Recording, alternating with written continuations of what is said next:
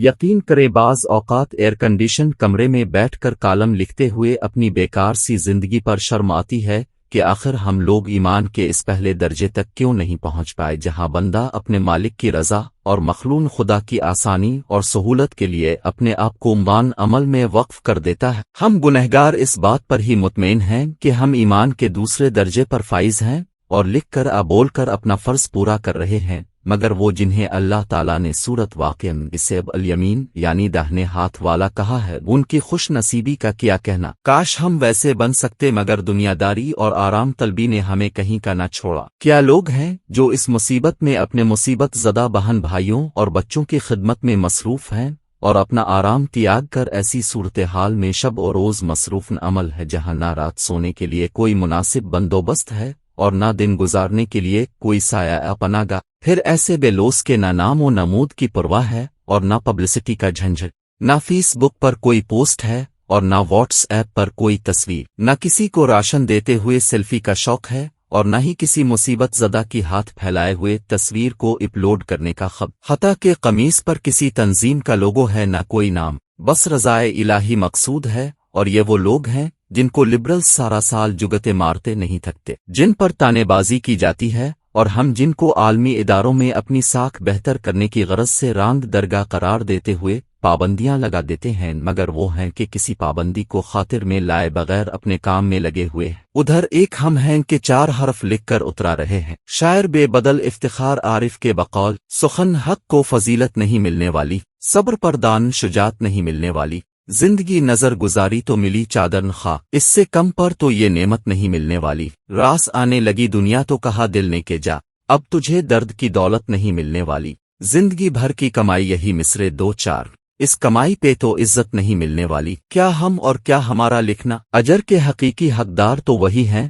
جو تن من دھن سے مخلوق خدا کی آسانی کے لیے مان عمل میں ہیں، اور اوپر سے بارش، نیچے سے پانی اور اگست کے سورج کی حدت کے نتیجے میں پیدا ہونے والے حبس کی شدت میں اپنا سارا آرام اور گھر بار چھوڑ کر بے گھروں کی داد رسی کے لیے مصروف عمل ہے۔ ایک طرف وہ ہیں جو اپنا سب کچھ وقف کیے ہوئے ہیں اور ان کے معاون وہ ہیں جو ضرم تعاون سے ان مشکل میں گھرے ہوئے لوگوں کی مدد کر رہے ہیں۔ دوسری طرف ایسے شقی القلب بھی ہیں جو اس مصیبت سے بھی اپنے لیے منافع نکال رہے ہیں، کیا ترپالوں والے اور کیا ٹینٹوں والے۔ رمضان میں کھانے پینے کی اشیاء مہنگے داموں بیچنے والے تاجروں کے بھائی بند اس مصیبت میں ایسی اشیاء جن کی ان مصیبت زدہ لوگوں کو اس وقت اشد ضرورت ہے مہنگے داموں بیچ کر اضافی منافع کما رہے ہیں۔ مصائب و آلام کے موسم میں یہ بے رحم اپنا سیزن لگا رہے ہیں۔ زمینی صورتحال یہ ہے کہ عام طور پر درمیانے درجے کا ریلیف کا تجربہ رکھنے والی تنظیمیں اور اس کام میں نئے آنے والے افراد اپنی ساری امداد لے کر ان جگہوں پر جا رہے ہیں جو نہ صرف قابل رسائی ہیں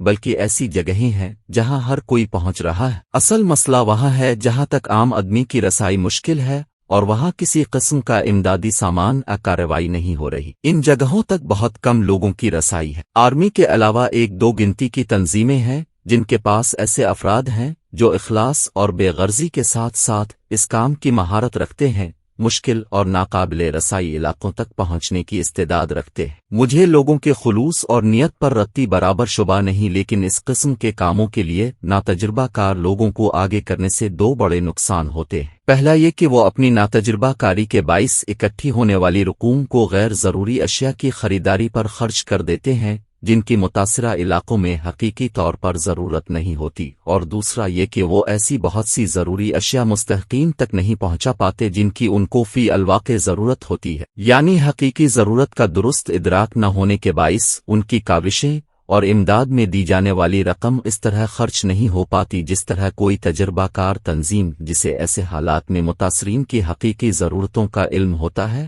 کر سکتی ہے۔ اس لیے میری گزارش ہے کہ سیلاب متاثرین کے لیے گھر سے کھانا لے جانے کی حد تک تو اور بات ہے، لیکن امدادی سامان یا نقد رقم دیتے وقت صرف اور صرف ریلیف کا تجربہ رکھنے والی تنظیموں کو ترجیح دیں تاکہ اب کی دی گئی امداد درست طریقے سے حقیقی ضرورت مندوں تک پہنچ سکے۔ ابھی چند دنوں کے بعد شہروں میں پیشہ ور منگتوں کی فوج ظفر موج آنے والی ہے جو سیلاب میں برباد ہو جانے کی کہانی سنا کر آپ کے جذبات سے کھیلے گی، جبکہ حقیقی متاثرین کی مشکلات اگلے کئی سال کے دورانیے پر محیط ہے۔ عام آدمی کو یہ غلط فہمی ہے کہ شاید سندھ میں سیلاب دریائے سندھ میں طغیانی کے باعث آیا ہے۔ حقیقت یہ ہے کہ اب تک سندھ میں آنے والا یہ بدترین سیلاب صرف آسمان سے برسنے والے پانی کے باعث آیا ہے۔ 17، 18 اور 19 اگست کو ہونے والی بارشوں نے اوباڑو سے بدین تک سارے علاقے کو جھیل میں بدل دیا ہے۔ اگر حکومتی لوگوں کی ترجیحات درست ہوتیں تو بقول ایک دوست کے اس تباہ کن سیلابی پانی کا قریبی نہروں کے ذریعے اخراج کیا جا سکتا تھا، جیسے نواب شاہ اور سکھر کے قریبی علاقوں کا پانی نصرت کینال میں ڈالا جا سکتا تھا۔